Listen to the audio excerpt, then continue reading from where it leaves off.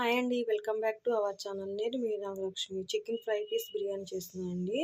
First chicken శుభ్రంగా కడుక్కుని కొద్దిగా ఉప్పు, కొద్దిగా కారం, పసుపు, చికెన్ మసాలా, గరం మసాలా, బిర్యానీ మసాలా, కొద్దిగా పెరుగు యాడ్ చేసుకుని మ్యాగ్నేట్ చేసుకుని పక్కన పెట్టుకుందామండి. దీనిలో కొద్దిగా నిమ్మరసం, ఒక చెక్క నిమ్మరసం కూడా పిండుకోవాలండి. హాఫ్ అన్ అవర్ ఫ్రిడ్జ్లో పెట్టుకోవాలి.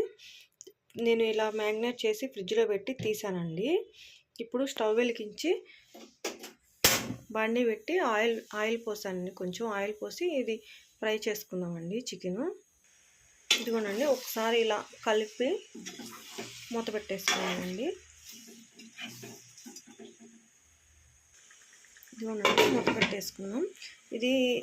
దీనిలో వాటర్ అనేది ఇంకిపోవాలండి. వాటర్ అనేది ఇంకిపోయినాక మనం మళ్ళీ ఇదిగోండి, వాటర్ అనేది వస్తుంది కదా, వాటర్ అనేది ఇంకిపోవాలన్నమాట.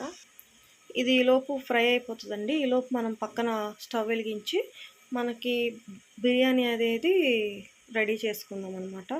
ఇదిగోండి, ఈ వాటర్ అనేది ఇలా వచ్చేస్తుంది. ఈ వాటర్ అనేది పూర్తిగా ఇంకిపోవాలి మనకి.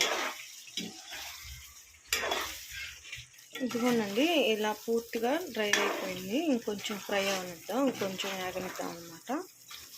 ఇంకొంచెం యాగనిద్దామండి. ఇదిగోనండి, దీనిలో కొద్దిగా కొత్తిమీర యాడ్ చేసుకుందాం.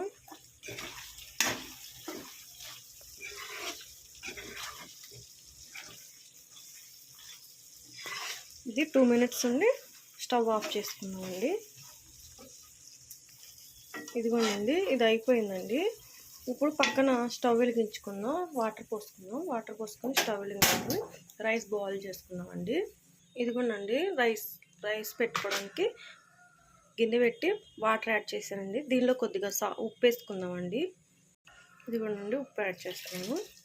ఇదిగోనండి, గరం మసాలా యాడ్ చేస్తున్నాను. బిర్యానీ మసాలా దినుసులండి యాడ్ చేస్తున్నాను. కొద్దిగా అల్లం వెల్లుల్లి పేస్ట్ వేస్తున్నానండి.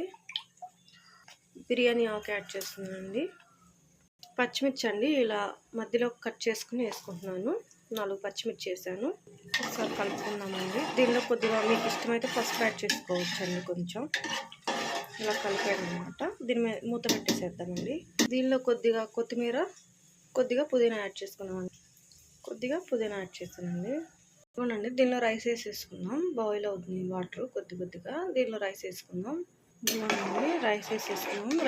రైస్ 75% ఉడకనిద్దాం.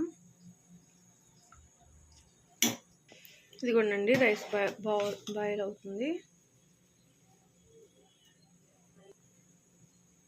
ఇదిగోనండి, ఇంకా 2 మినిట్స్ ఉండాలి. ఇదిగోనండి, బిర్యానీ ఇలా వేసుకున్నాము. దానిపైన ఈ చికెన్ అనేది మనం ఇలా వేసేసుకున్నామండి. ఇలా వేసేసుకున్నాం. దీని మీద మనం ప్లేట్ పెట్టేసేసుకున్నాం.